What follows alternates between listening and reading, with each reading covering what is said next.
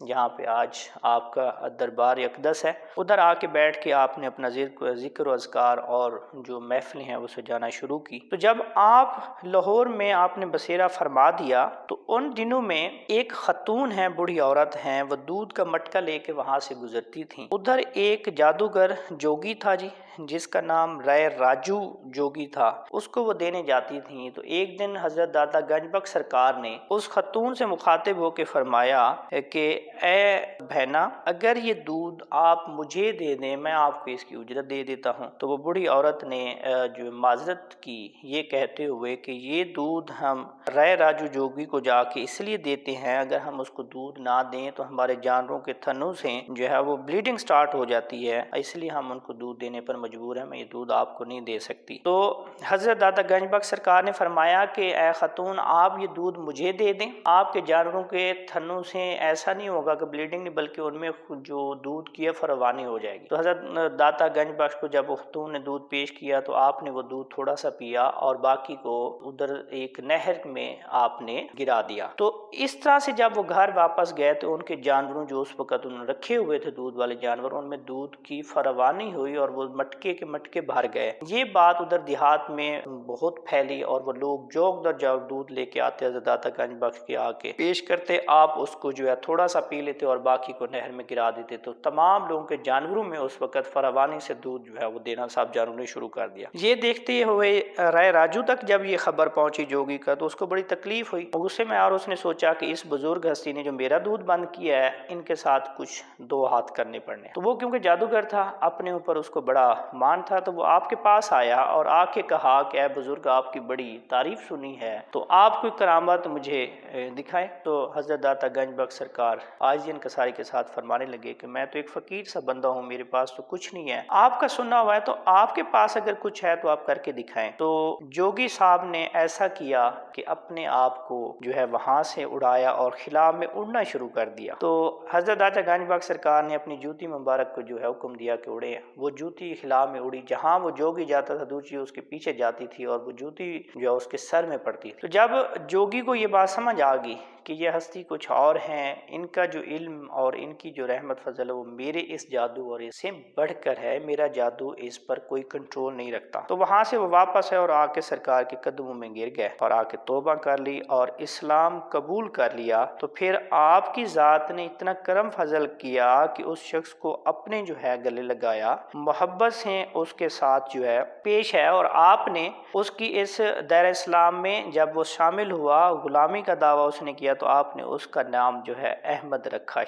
احمد شیخ ہندنی۔ آپ کی جو فقہ تھی، جو آپ جس فقہ سے تعلق رکھتے تھے، جس کے مقلد تھے، وہ حضرت امام اعظم ابو حنیفہ کے ماننے والے تھے آپ۔ حصول علم میں آپ نے، جیسے میں نے شروع میں بتایا، تقریباً 40 سال آپ نے لگائے تھے لاہور میں آباد ہونے سے پہلے، جو آپ نے علم حاصل کرتے رہے۔ تصوف کی دنیا کے آپ ماشاءاللہ بہت بادشاہ تھے۔ کچھ روایات میں آتا ہے کہ آپ نے شادی نہیں کی، کچھ آپ کی کتابوں میں روایت سے ملتا ہے کہ آپ نے 2 شادیاں کی ہیں لیکن وہ زیادہ دیر تک نہ رہ سکی، اس میں سے کوئی اولاد کا سلسلہ جو ہے وہ وضاحت کے ساتھ کہیں بھی نہیں ملتا۔ تو اسے کافی لوگوں کی رائے یہی ہے کہ آپ نے شادی نہیں۔ آپ نے مختلف کتب لکھی، اس میں ایک اسرار الخلق ہے، کشف الاسرار ہے، کشف المجوب ہے، اور اس کے علاوہ اور بھی کافی کتب ہیں جو آپ نے لکھی۔ اب آپ کی کرامات تو بے شمار ہیں، جیسا کہ میں نے ایک جوگی والی یہ شروع میں کرامات دکھائی۔ اس کے بعد جب آپ اس دنیا فانی سے آپ نے ہجرت فرمائی تو تقریباً اس ٹائم 465 ہجری تھی، 465 ہجری، جس سے یہ محسوس ہوتا ہے کہ آپ کی عمر جو ہے وہ 65 سال آپ نے عمر پائی۔ اس دنیا فانی سے پردہ فرمانے کے بعد آپ کی کرامات اور آپ کی یہ جو سلسلہ ہے وہ جوگ بڑھتا رہا، لوگ جوگ در جوگ آتے رہے اور آپ سے فیض پاتے رہے۔ ایک واقعہ ایسے ہے کہ ایک انگریز جو ہے وہ ہمارے ملک میں کچھ لوگوں سے متاثر ہو کے جو ہے وہ اسلام اس نے قبول کر لیا۔ تو جب اس نے اسلام قبول کیا تو اس نے ایک کویسچن کیا مسلم علماء سے کہ میرا ایک سوال ہے۔ کہ جی بولے، انہوں نے کہا جی قرآن پاک کے اندر ذکر ہے کہ جب حضرت سلیمان علیہ السلام کا دور تھا، آپ اللہ کے پیغمبر ہیں، نبی ہیں، اس دور میں جو آپ کا حضرت سلمان کا جو وزیر آصف بن برقیہ تھا، اس نے اس ٹائم تخت بلقیس جو ہے وہ کس طرح سے آنکھ جھپکتے ہوئے وہاں سے اٹھا کے حضرت سلمان کے دربار میں لے آئے، اس سوال کا جواب علماء کے پاس نہیں تھا۔ خیر وہ مختلف اس کو ریزن دیتے رہے، وقت گزرتا رہا۔ ایک دن ایسا کہ انگریز وہ ان کچھ علماء کے ساتھ داتا دربار کے پاس سے گزرے تو انہوں نے پوچھا کہ یہ کون سی جگہ ہے، تو کچھ علماء نے ٹال مٹول کیا، تو وہ جب ادھر گئے تو اس نے اظہار کیا کہ میں نے ادھر حاضری دینی ہے کسی بزرگ کا، اگر یہ دربار ہے۔ تو انگریز جب دربار میں حاضر ہوا، ادھر جاتا ہے مزار کی طرف، تو جہاں پہ سونے والا گیٹ ہے اس طرف جاتے ہوئے اس کو وہاں پہ ایک بزرگ نظر آتے ہیں، جو بزرگ ان کو ویلکم کرتے ہیں، ان کو گلے لگاتے ہیں، خوش آمدید کہتے ہیں، اور کرامات کی بات دیکھیں کہ اس کی لینگویج میں اسے بات کر رہے ہیں۔ دعا سلام کے بعد بزرگ ہستی نے، فقیر نے، درویش نے پوچھا کہ آپ کیا پسند کریں گے، گرم یا ٹھنڈا؟ تو انہوں نے چائے کا اظہار کیا، تو کہتے ہیں بزرگ ہستی نے ایسے ہاتھ کیے تو وہاں پہ گرم پیالی چائے کی جو ہے وہ حاضر ہوگی۔ تو جب گرم پیالی چائے کی اس انگریز کو آپ نے دی تو اتنے میں انگریز جو ہے وہ بے ہوش ہو گیا، اس پر یہ ایسی کیفیت طاری ہوگی۔ کیفیت طاری ہونے کے بعد جب وہ اٹھا تو اس نے دیکھا تو آکے بزرگ ہستی کوئی بھی نہیں تھا۔ تو وہ اپنے ان علماء سے یا اپنے جو ان کے کلیگ ساتھ تھے ان سے اس نے کہا کہ یہ بزرگ صوفی کہاں چلے گئے جو میرے سامنے تھے؟ تو انہوں نے کہا بھی ایسی کیا کیفیت آپ پر ہوئی ہے؟ تو اس نے کہا کہ میرا وہ جو کویسچن آپ کو تھا، اس بزرگ ہستی نے مجھے اس کا آنسر دے دیا ہے کہ یہ انہوں نے مجھے صرف چائے نہیں پیش کی، ایک سیکنڈ بھی یہ نہیں گزرا، اس چائے کی جو پیالی تھی یہ وہ برتن چھوا جو میں انگلینڈ میں اپنے گھر میں وہ برتن چائے کے لیے استعمال کرتا تھا، یہ وہ پیالی تھی۔ اسے دیکھ کے مجھے یہ کیفیت حاصل ہوئی ہے کہ آج ایک صوفی بزرگ کی اگر یہ پاور ہے کہ وہ انگلینڈ میں یہاں سے بیٹھے ہوئے میرے گھر کا برتن یہاں پہ مجھے دکھا سکتے ہیں، اس میں چائے دے سکتے ہیں، اس سے مجھے اندازہ ہو گیا، سوال کا جواب مل گیا کہ حضرت سلمان کے جو وزیر تھے انہوں نے کس طرح سے تخت بلقیس جو ہے وہ لے کے آیا آپ کے دربار میں۔ پھر وہ انگریز کا جو آج بھی اگر آپ داتا صاحب جاتے ہیں دربار میں تو اس کا مزار، اس کی جو وہ قبر مبارک ہے وہ ادھر ہے۔ اس انگریز کا نام جو فاروق احمد لینارڈ انگلستانی ہے جی، آپ کی قبر مبارک بھی ادھر موجود ہے۔ یہ کچھ احوال تھا جی حضرت داتا گنج بخش رحمۃ اللہ علیہ کا۔ آپ سب لوگ جو ہے دعاؤں میں یاد رکھیے گا۔ امید کرتا ہوں آپ کو ویڈیو پسند آئے گی، اور آپ سے اس کی ویڈیو کو شیئر کرنے کی بھی التجا کی جاتی ہے کہ اس کو لائک کریں، کمنٹس کریں، اور زیادہ سے زیادہ لوگوں میں صدقہ جاریہ سمجھ کر اس کو پھیلائیں۔ بہت شکریہ جی، جزاک اللہ۔